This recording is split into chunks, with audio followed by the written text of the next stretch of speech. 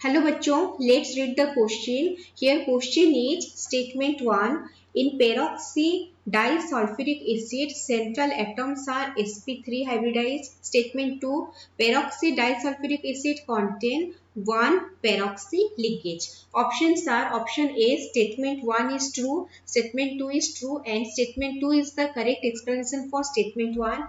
Option B, statement 1 is true, statement 2 is true and statement 2 is not the correct explanation for statement 1.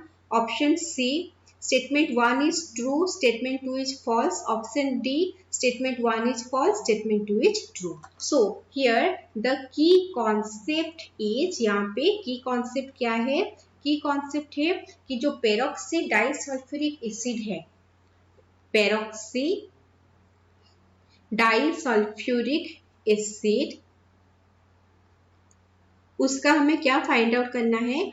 उसका हमें देखना है hybridisation. ठीक है, तो इसका हम हाइब्रिडाइजेशन देखेंगे और क्या करना है, और हमें चेक करना है कि पेरोक्सी लिंकेज कितना प्रेजेंट है, पेरोक्सी लिंकेज। ठीक है, तो स्टार्ट करते हैं, स्टेटमेंट 1 में चलते हैं। According to statement 1, peroxy disulphuric acid, तो पहले इसका स्ट्रक्चर बना देते हैं। यहाँ पे HO single bond S, double bond O, double bond O, single bond O, single bond O, single bond S, double bond O, double bond O, single bond OH। ये हो गया हमारा पेरोक्सी डाइसल्फ्यूरिक एसिड। पूछ रहा है कि central atoms जो है वो उसका हाइब्रिडेशन क्या है। तो यहाँ पे जो सेंट्रल एटम जो भी है वो मतलब सल्फर का जो है, दे कॉन्टेन 4 बॉन्डिंग डोमेन्स। ठीक है, तो जो 4 बॉन्डिंग डोमेन्स है इसलिए उसको 4 ऑर्बिटल्स चाहिए ओवरलैपिंग के लिए। S मतलब सल्फर है जिसमें p ऑर्बिटल्स प्रेजेंट है, और इसके लिए 4 बॉन्डिंग डोमेन्स के लिए, और उसमें और एक चीज है कि यहाँ पे कोई भी lone pair of electron present नहीं है।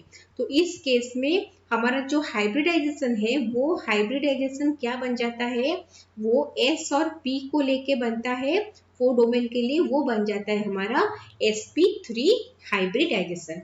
तो इसमें जो हमारा फर्स्ट स्टेटमेंट है वो करेक्ट हो गया।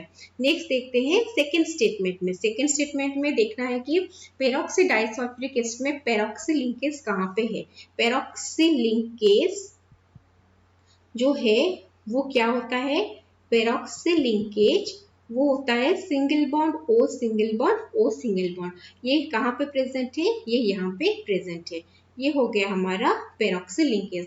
कितना तो पेरोक्सी लिंकेज प्रेजेंट है, ओनली 1 पेरोक्सी लिंकेज प्रेजेंट है। इसका मतलब जो स्टेटमेंट 2 है वो भी हमारा करेक्ट है, लेकिन स्टेटमेंट 2 जो है वो हमारा स्टेटमेंट 1 का एक्सप्लेनेशन नहीं होता है। ओके, तो इस हिसाब से ये जो क्वेश्चन है इसका करेक्ट ऑप्शन क्या बनता है, वो बनता है हमारा option b, that is statement 1 is true, statement 2 is true and statement 2 is not the correct explanation for statement 1.